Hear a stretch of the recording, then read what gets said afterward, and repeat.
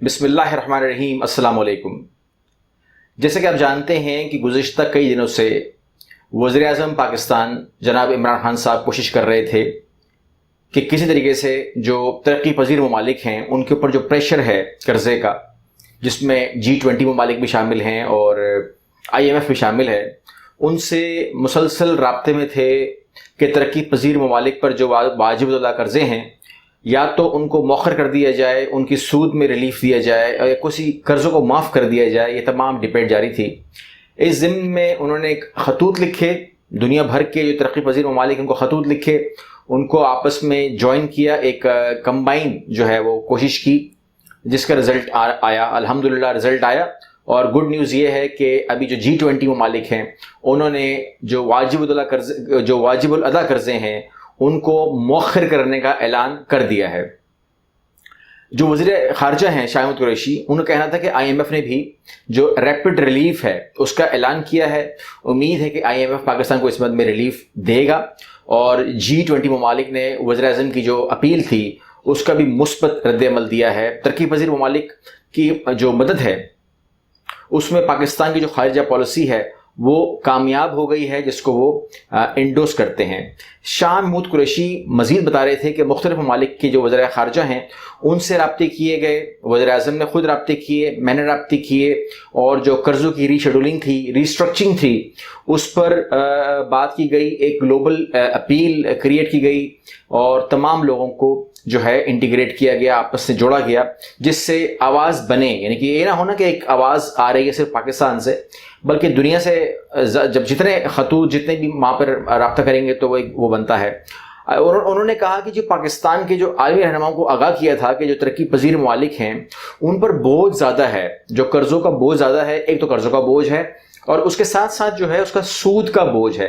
तो जो G20 ममालिक हैं उन्होंने बहुत ही अच्छा रिस्पांस दिया और उन्होंने 76 मुल्कों को, मतलब कितनी अच्छी बात है कि जो पाकिस्तान ने बात की वो सिर्फ पाकिस्तान के लिए नहीं थी, बल्कि उसका इम्पैक्ट जो है वो जो निकल के आया है, क्योंकि आप मांगते हैं, आस्क फॉर मोर का मामला है। ये जो एक थ्योरी है, कभी हम इसके ऊपर ज़रूर, मैं एक बहुत ही डिटेल वीडियो बनाऊंगा, आप ज़रूर देखिएगा। वो वीडियो लंबी होगी, मगर जाहिर बात है कि हम टिकटॉक शो तो करते ही नहीं है, तो इसलिए वीडियो लंबी होगी तो माफ़ कर दीजिएगा।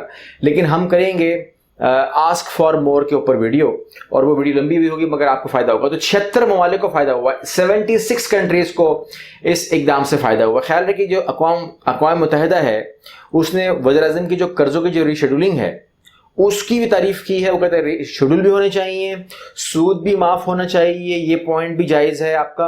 और ये जो वबा आई है इससे जो आपको इम्पैक्ट पड़ा है खड़ा करने के लिए दोबारा से मईशत को, तो अगर कर्ज़ों को माफ़ कर दिया जाए तो ये भी एक अच्छा इक़दाम होगा। जितनी हद तक भी कर सकें ये अच्छा इक़दाम होगा।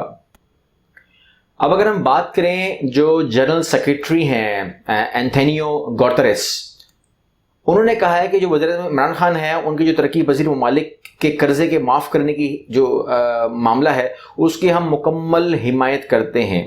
जो तर्जुमान हैं एंथोनियो गुतेरेस के, वो कहते हैं कि जी वज़ीर-ए-आज़म का जो ये इक़दाम है इस जज्बे के तहत, जैसा कि जनरल सेक्रेटरी का अपनी हैसियत में इज़हार ख़याल है वही है, यानी कि जैसे हमारे जनरल सेक्रेटरी सोचते हैं बिल्कुल ये पाकिस्तान का जो पॉइंट है बिल्कुल सेम एज़ जैसे हम भी ऐसे ही सोचते हैं और हमारा भी यही ख्याल है।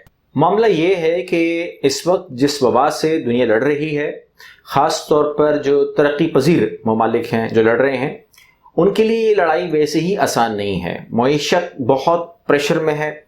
ये मसला सिर्फ पाकिस्तान का नहीं है, ये मसला तमाम तरक्की पजीर ममालिक का है। उनको उनके साथ कंधे से कंधे मिलाने का टाइम है, और जो भी और कोई भी और कुछ भी कर सकता है। तो उस बुनियाद पर यह बात की गई है कि अगर कोई कुछ कर सकता है तो करे, क्योंकि मईशत इस टाइम जो है वो फ्रीज है। यानी कि तमाम जो दुनिया है उसकी जो अब जो अमीर ममालिक हैं उनके पास स्पेस होती है निकलने की। जिस तरह अमेरिका ने लोगों को रिलीफ दिया है, जिस तरह कुवैत बहरीन से खबरें आई हैं, बहुत अच्छी खबरें आई हैं, जिस तरह रिलीफ मिला है, जिस तरह सऊदी अरेबिया ने रिलीफ किया, माशाल्लाह काबिल तारीफ है।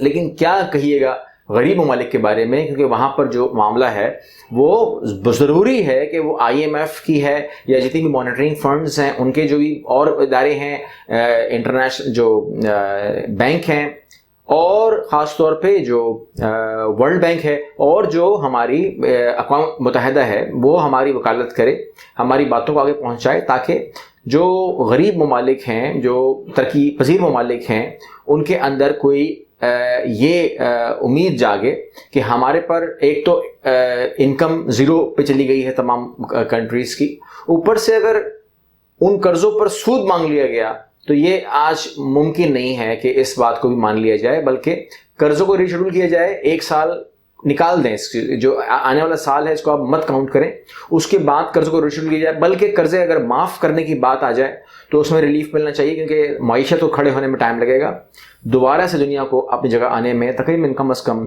2 سال درکار ہیں۔ اصل بات یہ ہے کہ 2022 کے بعد دنیا جو ہے وہ کہہ سکتی ہے کہ ہم اس وبا سے نکل گئے ہیں۔ یہ 2 مہینے کا جھٹکا جو ہے یہ 2 سال کے برابر دنیا کو برداشت کرنا پڑے گا۔ عام ماہرین کا جو اقتصاد جانتے ہیں وہ یہی اس پر مانتے ہیں۔